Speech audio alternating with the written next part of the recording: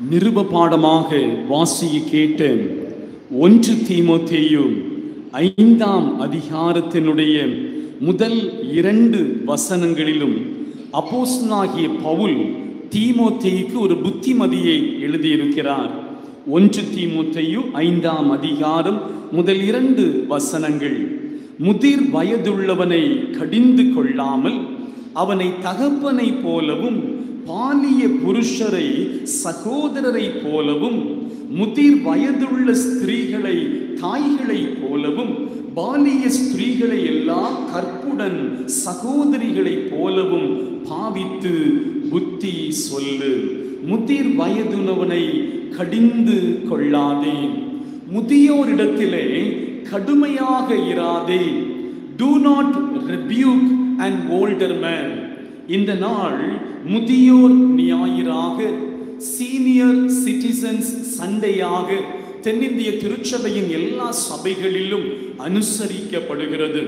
நம்முடைய குடும்பங்களிலே ஆண்டவர் கிருபையாக தந்திருக்கிற முதிர்ந்த பெற்றோருக்காக, முதியவர்களுக்காக ஆண்டவருக்கு நன்றி செலுத்துவோம். சில குடும்பங்களிலே முதியவர்கள், முதிர்ந்தவர்கள் பாரமாக, சுமையாக எண்ணப்படுகின்றார்கள். எங்களுடைய வேலை பளுக்களின் மத்தியிலே, அவசரங்களின் மத்தியிலே எப்படி இவர்களை பராமரிக்க முடியும், எப்படி அவர்களுடைய தேவைகளை சந்திக்க முடியும் என்கிற சிந்தனை இன்றைய தலைமுறையிலே எழும்பி நிற்பதை நாம் பார்க்கின்றோம். முதியோரை பேணுதலும் ஏற்றுக்கொள்ளுதலும், carrying and accepting the elderly. எப்படி இந்த முதிர்ந்த பெற்றோரை ஏற்றுக்கொள்ள வேண்டும், எப்படி அவர்களை நாம் கரிசனையோடு கூட பராமரிக்க வேண்டும். திருமறையின் வெளிச்சத்திலே நாம் வாசி கேட்ட 3 திருமறை பகுதியில் இருந்தும் இதை நாம் கற்றுக்கொள்ள போகின்றோம். தூய ஆவியானவர் இந்த வார்த்தைகளின் வழியாக நம்மோடு கூட பேசுவாராக. ஒருவேளை ஆண்டவர் நம்மோடு கூட பேசுகிற போது, ஆண்டவரே இதுவரைக்கும் நான் தவறி போனவன், தவறு செய்தவன் என்கிற உணர்வுகள் நமக்குள்ளாக இருக்குமானால் ஆண்டவருடைய கரத்திலே ஒப்பு கொடுத்து முதியோரை கண்ணியத்தோடு நடத்தவும், முதியோருடைய வார்த்தைகளுக்கு, ஆலோசனைகளுக்கு நாம் மதிப்பு கொடுக்கவும், ஏற்றுக்கொள்ளவும் அர்ப்பணத்தை ஆண்டவர் நம்மிலே தருவாராக. முதியோரை மதித்தலும் பராமரித்தலும் மனித நேயத்தின் உச்சகட்ட அறமாக இருக்கின்றது. முதியோர்கள் நம்முடைய வாழ்விற்கு கிரீடங்களாக இருக்கிறார்கள்.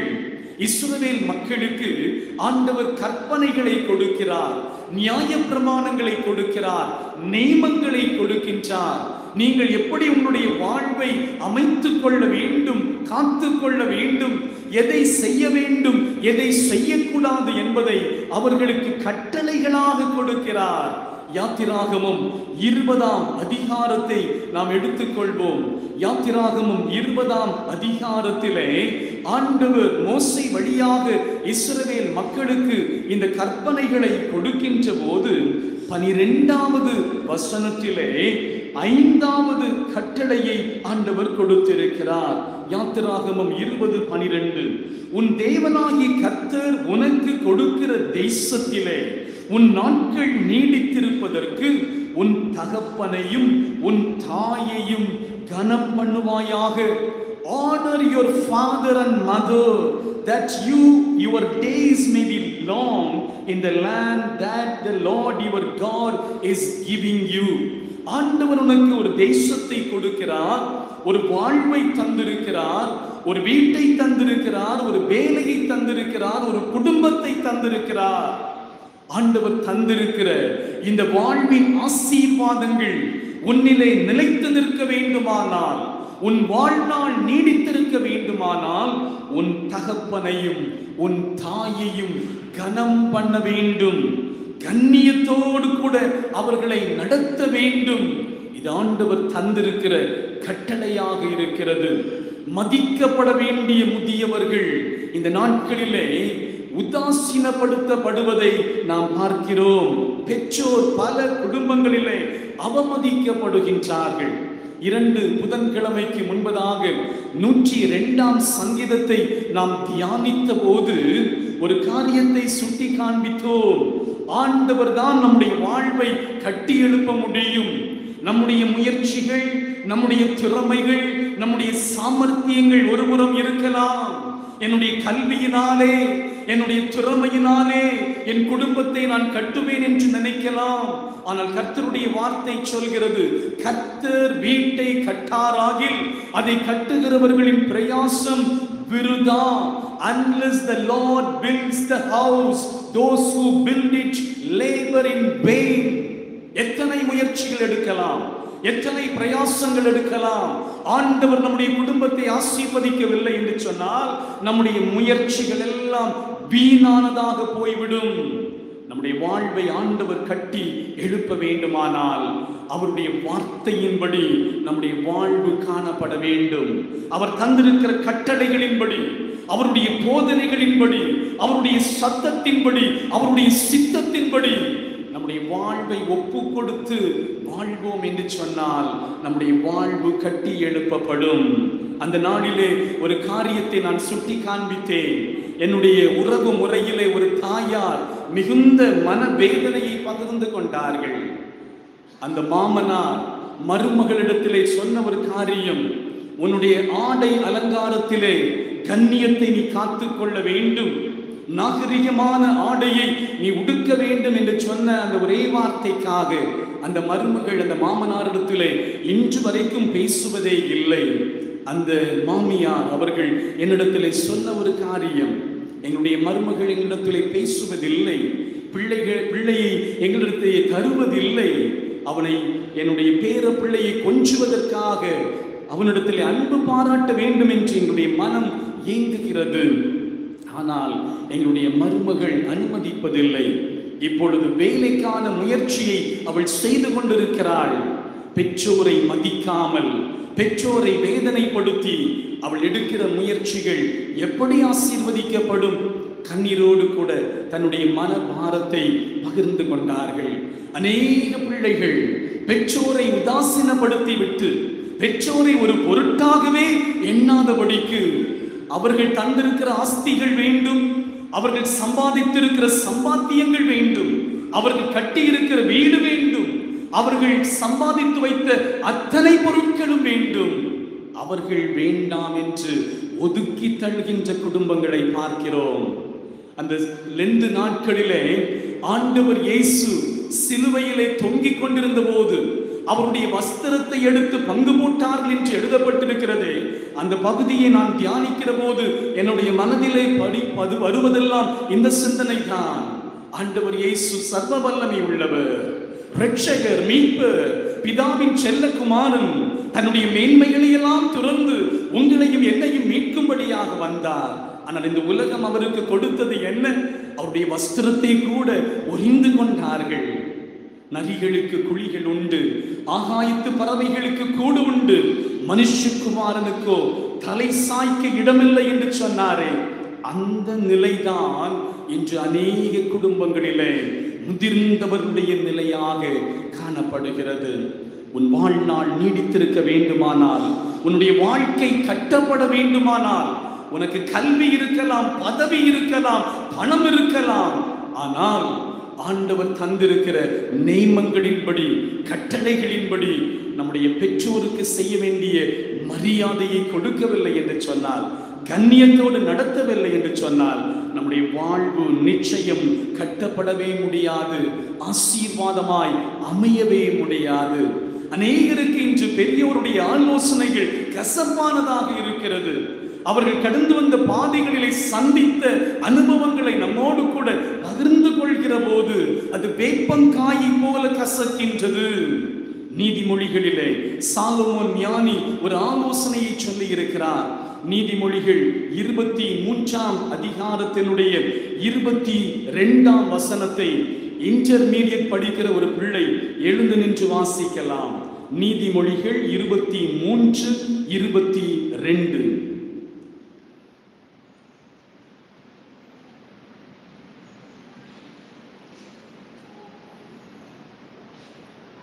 நீதிமொழிகள் 23:22.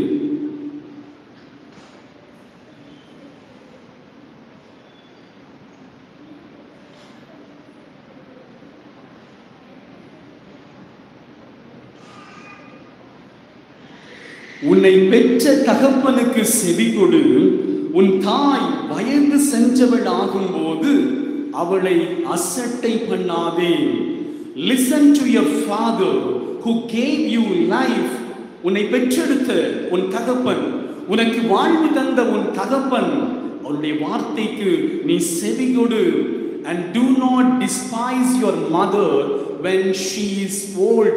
உங்களுக்கு வயதாகிவிட்டது, நீங்கள் வாழ்ந்த காலம் வேறு, நாங்கள் வாழ்ந்த காலம் வேறு, நீங்கள் பெற்றுக்கொண்ட அனுபவங்கள் வேறு, நாங்கள் பெற்றுக்கொண்டிருக்கிற அனுபவங்கள் வேறு என்று சொல்லி தகப்பனை அசட்டை பண்ணுகிற, தாயினுடைய போதனைகளை அசட்டை பண்ணுகிற அநேக பிள்ளைகள் உண்டு. இந்த நாளிலே சிறுவர் பாடல் பாடப்பட்ட போது எத்தனை பிள்ளைகள் எழும்பி நின்றார்கள் என்பதை பெற்றோர் கவனித்திருப்பீர்கள்.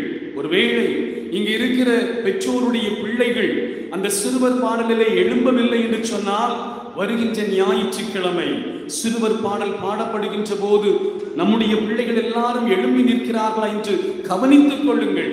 நம்முடைய பிள்ளைகள் ஆலயத்தில் எப்படி இருக்கிறார்கள் என்பதை கவனித்துக் கொள்வோம். நம்முடைய பிள்ளைகளுக்கு முன்மாதிரியான வாழ்வை நாம் காண்பித்துக் கொடுப்போம். நம்முடைய பெற்றோரை நாம் எப்படி நடத்துகிறோம் என்பதை நம்முடைய தலைமுறை கவனிக்கின்றார்கள். நம்முடைய பெற்றோருக்கு நாம் எந்த வீட்டிலே எந்த இடத்தை கொடுத்திருக்கிறோம், எப்படிப்பட்ட பாத்திரத்திலே அவர்களுக்கு ஆகாரம் கொடுக்கிறோம், எந்த இடத்திலே அவர்களை தங்க வைத்திருக்கிறோம், இதையெல்லாம் நம்முடைய பிள்ளைகள் கவனித்துக் கொண்டே இருக்கிறார்கள். இன்று நம்முடைய பெற்றோருக்கு நாம் செய்கிற அதே காரியத்தை நாம் வயது முதிர்ந்த நிலையிலே இருக்கின்ற போது நம்முடைய பிள்ளைகள் நமக்கு செய்வார்கள்.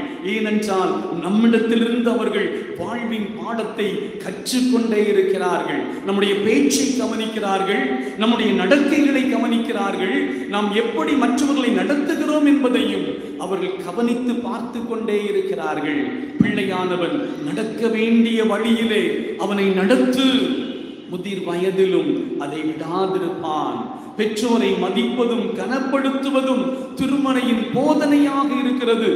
Do we respect and honor our elderly parents? கண்ணியத்தோடு கூட நம்முடைய முதிர்ந்த பெற்றோரை நடத்துகின்றோமா? அப்படி ஆலோசனைகளுக்கு செவி கொடுக்கின்றோமா? திருமறை சொல்கிறது, உன்னை பெற்ற தகப்பனுக்கு செவி கொடு, உன் தாய் வயது சென்றவள் ஆகும்போது அவளை அசட்டை பண்ணாதே. சுவிசேஷ வேத பாடமாக நாம் வாசியை கேட்ட லூக்கா எழுதின சுவிசேஷம் 2ஆம் அதிகாரம் மிக அற்புதமான சத்தியங்களை நமக்கு கற்றுத் தருகிறது. நம்முடைய வாழ்விற்கான பாடங்கள் அதிகம் அங்கு அமைந்திருக்கிறது. ஆண்டவர் இயேசுவினுடைய குடும்பம், அந்த மரியாள், யோசேப்பு, இயேசு பாலகன், எருசலேமிலே சிமியோன் என்று சொல்கிற ஒரு மனிதன் இருக்கின்றான். ஆலயம் சென்றவர்கள் அந்த மனிதனுடைய கரத்திலே, அந்த வயது முதிர்ந்த தகப்பனாருடைய கரத்திலே இந்த பிள்ளையை கொடுத்து ஆசீர்வாதத்தை பெற்றுக் கொள்வதை நாம் பார்க்கிறோம். 25ஆம் வசனம் சொல்கிறது, சிமியோன் என்னும் பெயர் கொண்ட ஒரு மனுஷன் எருசலேமிலே இருந்தான். அவன் நீதியும் தேவ பக்தியும் உள்ளவனாயும் இஸ்ரவேலின் ஆறுதல் வர காத்திருக்கிறவனாயும் இருந்தான். அவன் மேல் பரிசுத்த ஆவி இருந்தான். அவனுக்கு ஒரு தரிசனம் கொடுக்கப்பட்டிருந்தது. கிறிஸ்துவை காணும் முன் நீ மரணம் அடைய மாட்டாய் என்று. இயேசு பாலகனை தன்னுடைய கரங்களிலே ஏந்தி, அந்த 28ஆம் வசனம், அவன் அவரை தன் கைகளில் ஏந்தி கொண்டு தேவனை ஸ்தோத்தரிக்கிறான். அநேக குடும்பங்களிலே பெற்றெடுத்த சின்னம் சிறு பிள்ளைகளை வயோதிப பெற்றோருடைய கரங்களிலே கொடுக்க மறுக்கின்ற தலைமுறையை கேள்விப்படுகின்றோம், பார்க்கின்றோம். ஒரு குடும்பத்திலே அந்த வயோதிப பெற்றோருடைய கரத்திலே பேர குழந்தையை கொடுக்க மறுக்கின்றார்கள். ஏனென்று கேட்டால் இன்ஃபெக்ஷன் ஆகிவிடும் என்று சொல்கிறார்கள். உன்னுடைய பிள்ளை அஃபெக்ஷன் இல்லாத பிள்ளையாக வளரப் போகிறது. இந்த உலகத்தின் தொற்றுகளினாலே பாதிக்கப்படுவ போவதில்லை. உன்னுடைய பிள்ளை உன்னுடைய பெற்றோருடைய கரங்களிலே உன்னுடைய பிள்ளையை கொடுத்து ஆசீர்வாதத்தை பெற்றுக்கொள்ள வேண்டுமே. எத்தனை விதமான தவறான சிந்தனைகள், தவறான நோக்கங்கள், தவறான புரிந்து கொள்ளுதல்கள் இளம் தலைமுறையினுடைய வாழ்விலே காணப்படுகிறது. சிமியோனுடைய கரங்களிலே இயேசு பாலனை கொடுத்த போது அவன் தன் கைகளில் ஏந்தி கொண்டு தேவனை ஸ்தோத்தரித்தான். 29ஆம் வசனத்திலே, ஆண்டவரே உமது வார்த்தையின்படி இப்பொழுது அடியேனை சமாதானத்தோடு போக விடுகிறீர், உம்முடைய இரட்சணியத்தை என் கண்கள் கண்டன. இதே அனுபவத்தோடு எத்தனையோ குடும்பங்களிலே வயது முதிர்ந்த பெற்றோர் தூர தேசத்தில் இருக்கிற என் பேர பிள்ளையை பார்க்க வேண்டும், என் பிள்ளையை வீடியோ காலிலே நான் பார்க்கின்றேன், என் அருகிலே வர வேண்டும், அவனை தொட்டு பார்க்க வேண்டும், அவனிடத்திலே கொஞ்ச வேண்டும், கெஞ்ச வேண்டும் என்று சொல்லி ஆவலோடு கூட ஏங்கி நிற்பதை நாம் பார்க்கிறோம். பல காரியங்களை பிள்ளைகள் சொல்லிக் கொள்ளலாம், எங்களுக்கு நேரம் இல்லை, லீவு கிடைக்கவில்லை, எங்களுடைய வாழ்வு முறை அதற்கு சாதகமாக அமையவில்லை என்றெல்லாம் சொல்லிக் கொள்ளலாம். எங்கெங்கோ சுற்றி திரிவதற்கு விசா கிடைக்கிறது, டிக்கெட் கிடைக்கிறது, நேரம் கிடைக்கிறது. ஆனால் ஏதோ ஒரு மூலையிலே வயது முதிர்ந்த பெற்றோர் படுத்திருக்கிறார்களே, அவர்களை பார்ப்பதற்கும் அவர்களோடு பேசுவதற்கும் அவருடைய கரங்களிலே நம்முடைய பிள்ளைகளை கொண்டு வந்து அவருடைய ஆசீர்வாதங்களை பெற்றுக் கொள்வதற்கும் மனம் இறுகி போன தலைமுறையாக இந்த நாட்களிலே அநேகர் வாழ்ந்து கொண்டிருக்கிறார்கள். முதியோரை ஏற்றுக்கொள்வதும், அவர்களை பேணுவதும், அவர்களை மதிப்பதும், அவர்களை கண்ணியத்தோடு கூட நடத்துவதும் திருமறை நமக்கு தருகின்ற ஆலோசனையாக இருக்கிறது. சிமியோனை போன்ற முதிர்ந்த பெற்றோர், முதிர்ந்த நபர்கள் ஞானத்திற்கும் அனுபவத்திற்கும் களஞ்சியங்களாக இருக்கிறார்கள். இன்று எங்கெங்கோ ஆலோசனைகளை கேட்கிறோம், எங்கெங்கோ வழிகாட்டும் மையங்களிலே சென்று வழிகாட்டுதலை பெற்றுக் கொள்கிறோம். எத்தனையோ நபர்களை சந்தித்து எனக்கு தேவையான ஆலோசனைகளை சொல்லுங்கள் என்று சொல்கிறோம். ஆண்டவருடைய வார்த்தை சொல்கிறது, முதிர்ந்த பெற்றோரிடத்தில் ஞானம் இருக்கிறது, அனுபவம் இருக்கிறது. அவர்கள் தன்னுடைய வாழ்க்கையிலே சந்தித்த காரியங்களை உங்களுக்கு சொல்லிக் கொடுக்கின்ற போது உங்களுடைய வாழ்வு கட்டப்படும் என்று சொல்லப்பட்டிருக்கிறது. இப்படி ஆண்டவர் இயேசுவை சிறு பாலகனாக இருந்த போதே முதிர்ந்த வயதுடைய சிமியோனுடைய கரங்களிலே அந்த பெற்றோர் கொண்டு சென்று ஆலயத்தின் நிழலிலே ஆசீர்வாதத்தை பெற்றுக் கொண்ட போது அந்த சிறுவனாகிய இயேசு, பாலகன் இயேசு வளர்ந்து வந்த சூழ்நிலையிலே தன்னுடைய பெற்றோருக்கு கீழ்ப்படிந்து நடந்தார். அதைதான் நிறைவு பாடலாக, கீர்த்தனை பாடலாக நாம் பாடப் போகின்றோம். பணிந்து நடந்து கொண்டாரே பரன் பாலரும் கனிந்து தன் தாய் தந்தையருக்கு. எப்பொழுது நம்முடைய பிள்ளைகளை ஆலயத்தின் நிழலிலும் ஆண்டவருடைய வார்த்தையின் சத்தியத்திலும் ஆண்டவர் தந்திருக்கிற போதனையிலும் வளர்க்கும்படியாக முயற்சி செய்கிறோமோ, அவர்கள் வளர்ந்து வருகிற போது கீழ்ப்படிதல் உள்ளவர்களாய், தெய்வ பயம் உள்ளவர்களாய், தெய்வ பக்தி உள்ளவர்களாய், சமூகத்திலே சாட்சி உள்ளவர்களாக வளர்ந்து நிற்பார்கள். லூக்கா 2ஆம் அதிகாரத்தினுடைய 51, 52 ஆகிய வசனங்கள் சொல்லுகிறது. பின்பு இயேசு அவர்களுடனே கூட போய், தன் பெற்றோரோடு கூட போய் நாசரேத்தூரில் சேர்ந்து அவர்களுக்கு கீழ்ப்படிந்திருந்தார்.